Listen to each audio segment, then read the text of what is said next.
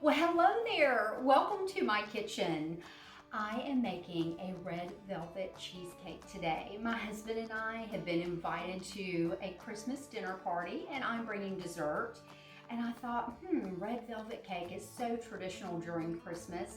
I'm gonna take it up a notch and make a red velvet cheesecake. This is the second one that I've made this season. The first one turned out absolutely perfect and I have no doubt that this one will too. Now I'm starting with a chocolate wafer crust.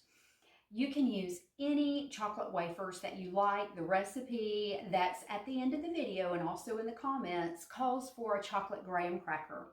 But I happen to have a lot of chocolate animal crackers in my pantry because my grandchildren absolutely love them. The youngest two, Annabelle and Frank, ask for animal crackers every time they come over. So I have chocolate, regular, and iced always in my pantry.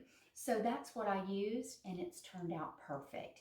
Now, one of the things about red velvet cake is it calls for buttermilk and a little bit of vinegar. That's what makes this recipe a little bit different than your traditional chocolate cake, as well as red food coloring. Now, I've got a cup and a half of sugar in my mixer. When I'm mixing cream cheese and sugar together, I always like to put my sugar on the bottom because that way the cheese doesn't get stuck on the bottom of the bowl. And I've got 3 8-ounce blocks of cream cheese here, and this has been sitting on my counter all morning, so it is definitely room temperature. I'm going to keep this wax paper right here to help for cleanup. Now, what I'm going to do is blend this at a medium speed until there are no lumps. I want this mixture to be smooth and creamy, and then we'll start adding our other ingredients. So here we go. Time, scrape. It's really important when making a cheesecake that everything is blended really well. If not, you'll have lumps in your cheesecake. And nobody wants a lumpy cheesecake. Mix this until it's light and airy and fluffy. Now, I'm going to go ahead and add my chocolate. I'm adding 3 tablespoons of unsweetened chocolate. I like to go ahead and add my chocolate before I start adding my wet ingredients, again, because I want to make sure that everything is blended nicely. And at this stage, I can tell with just the cream cheese, the sugar, and the chocolate to make sure that everything is all mixed together. So here we go again. I'd like to show you something. I'm going to go ahead and take this out. Gosh, I should invest in stock with wax paper. I use it so much. Now, I'd like to show you this. You need to turn this batter. See how much of the white, the unblended cream cheese that's still at the bottom of the bowl? Just make sure that all of that is pulled from the bottom. We don't want any color variation there. And we'll do the same thing at the end when we add the red food coloring. This already looks magnificent.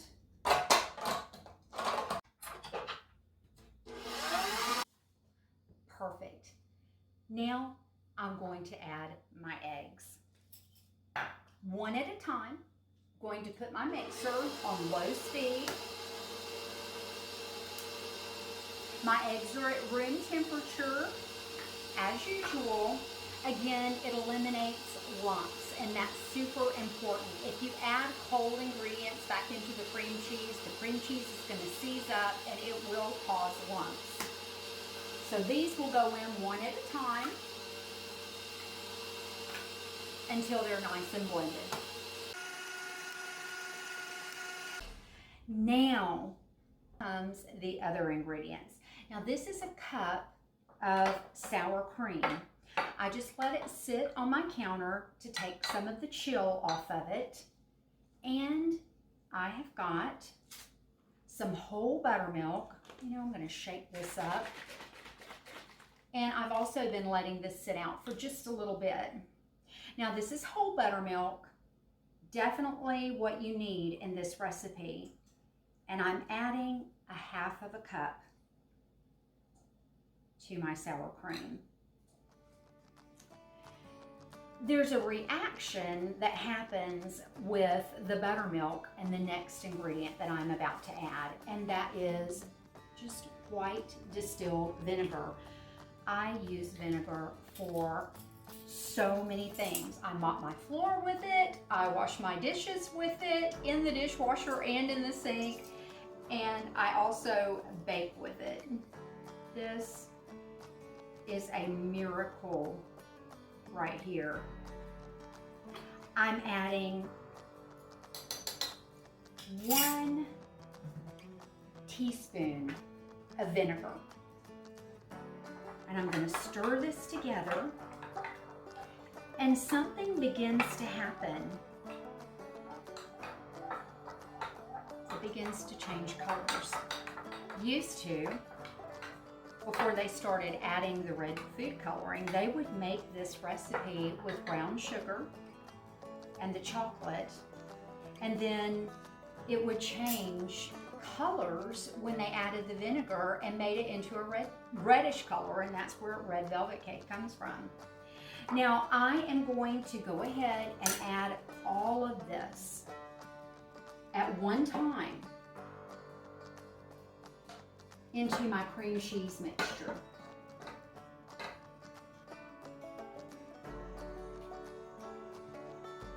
This makes such a beautiful cake. Sorry about the mess here. You can tell when you take your spatula out if there are lumps. If you see any little lumps at all, mix it some more. That's important.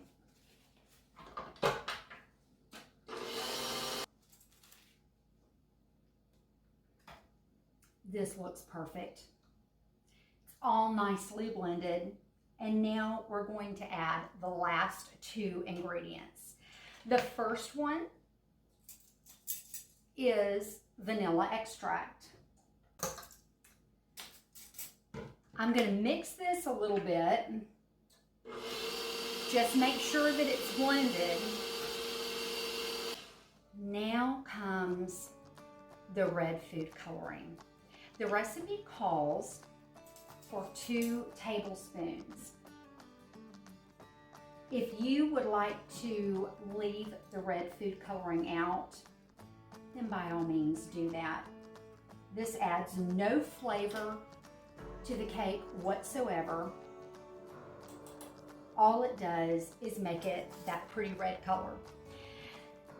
Now this can be tricky. Red food coloring can be a disaster if it gets on anything. So I have the guard that goes over the top of my mixing bowl, and I'm going to go a step further, and I'm going to drape this right over the top of my mixer, and I'm going to start it really slow,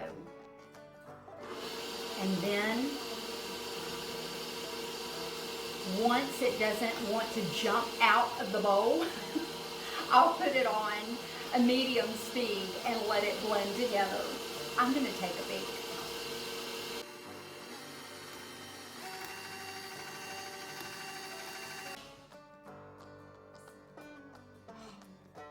this looks beautiful. I am going to go ahead and scrape the bottom and the sides again. Such a beautiful red color.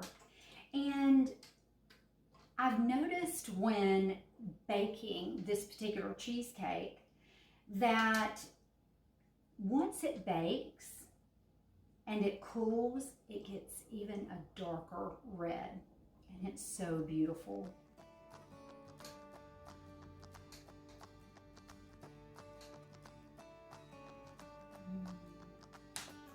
All right, last mix. I am not going to forget this. Of all the times I don't wear an apron, I do it when I'm making a red velvet cake. Go figure. Okay, I think we're ready. I've got my crust. Oh, I want to be careful with this. As a matter of fact, I'm not taking any chances. That's going straight into my dishwater.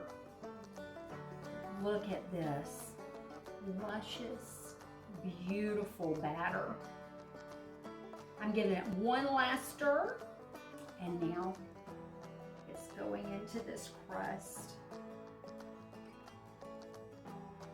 One of the things that I love about this recipe is that it will go directly into the oven. No water bath, no special prep. Look at that. It's just beautiful. Now, I know my husband is going to want a little bit, so I will usually always make him a small one on the side. It is Christmas after all. That's beautiful. Now, I'm going to pour the rest of my batter right in.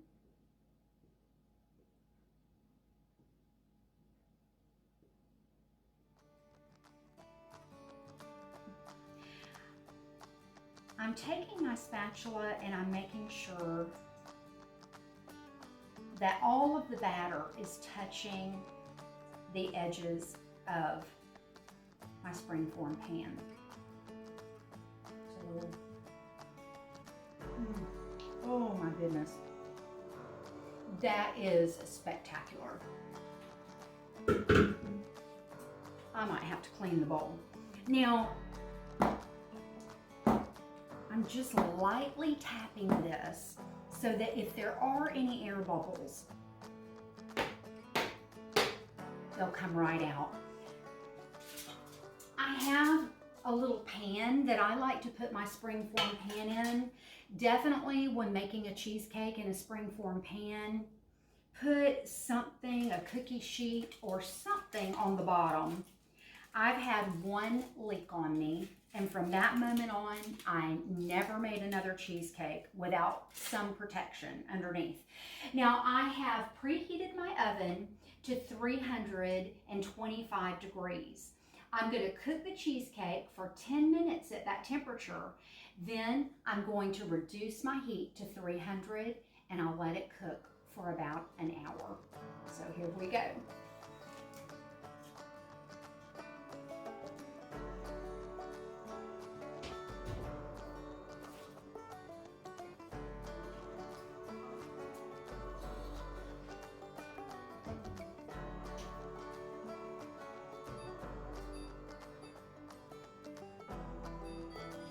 Set my timer for 10 minutes. And once it's cooked, I'll reduce that heat. And now let's talk about that delicious topping that's going to go over this cake.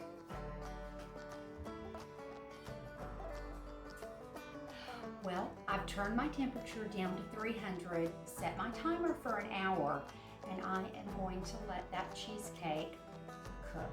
I'm not opening the door. I'm not even going to look at it. I just want it to do its thing. The less you mess with it, the better it will be. That is a guarantee. Now, I'm making the frosting for this cheesecake, or topping, I guess I should say.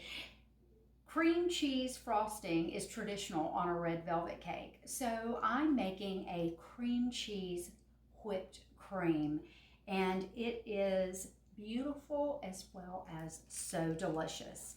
Now I'm starting with some confectioner sugar, a half of a cup to be exact, and I'm going to use the same technique as I did with the cheesecake filling. I'm going to put my sugar in first, put that at the bottom, and then that way, when I add my cream cheese, it won't stick quite as bad. Now I've got a half of a block of cream cheese, which is 4 ounces. And I've let that soften to room temperature, and I even stirred it to make sure that it's soft, and it definitely is. Now, I've got my whisk attachment here, and I'm going to blend this cream cheese and sugar until I don't see any lumps. Again, no lumps. And that powdered sugar can make a mess, so I'll advise you the same thing as we did with the red food coloring. Put your guard on or wrap it with a towel. Start slow and then boost your speed up. There we go. Now I'm going to add the heavy cream.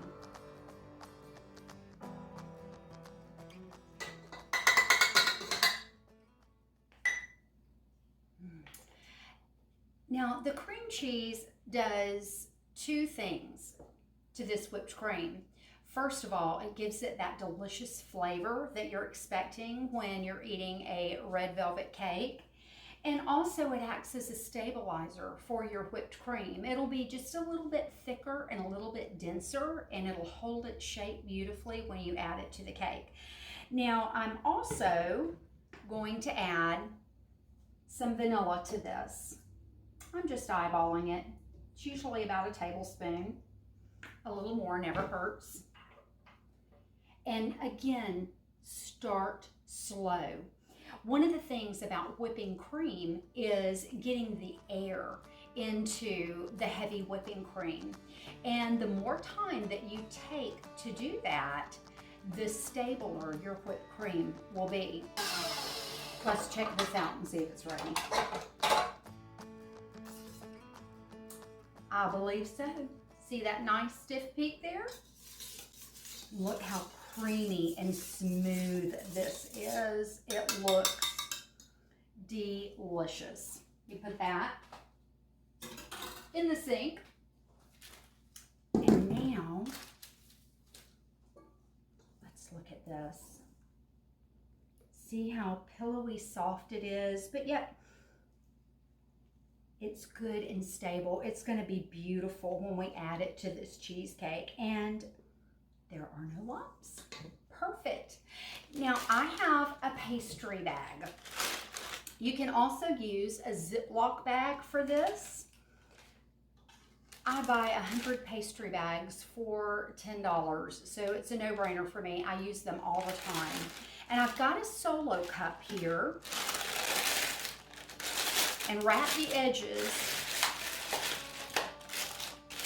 around the sides of my solo cup, and now I'm going to start filling my bag.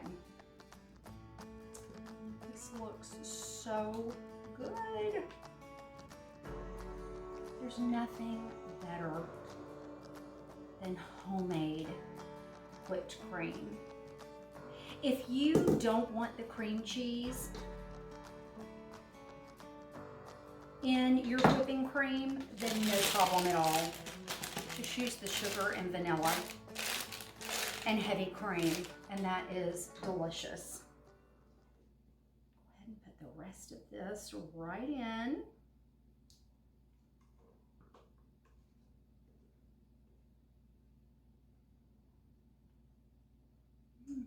Just a little left over. Not sure what'll happen to that. Hint, hint. All right. I'm shaking that down. I'm gonna twist this off.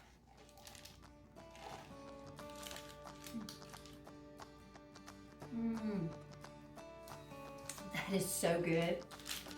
Now, I'm gonna let this sit in the refrigerator.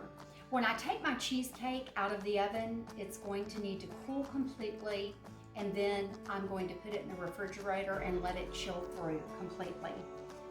But this will be nice and chilled, and it'll also stabilize more because that cream cheese is going to harden up just a little bit as I put it in the refrigerator, and when I take my cake out, it'll be perfect. Well, my cheesecake has completely cooled down. I've removed the springform pan. I took the sides off first, and then I removed the bottom after I chilled it in the refrigerator for several hours, and I put it on this cake server that I can bring over to our dinner party.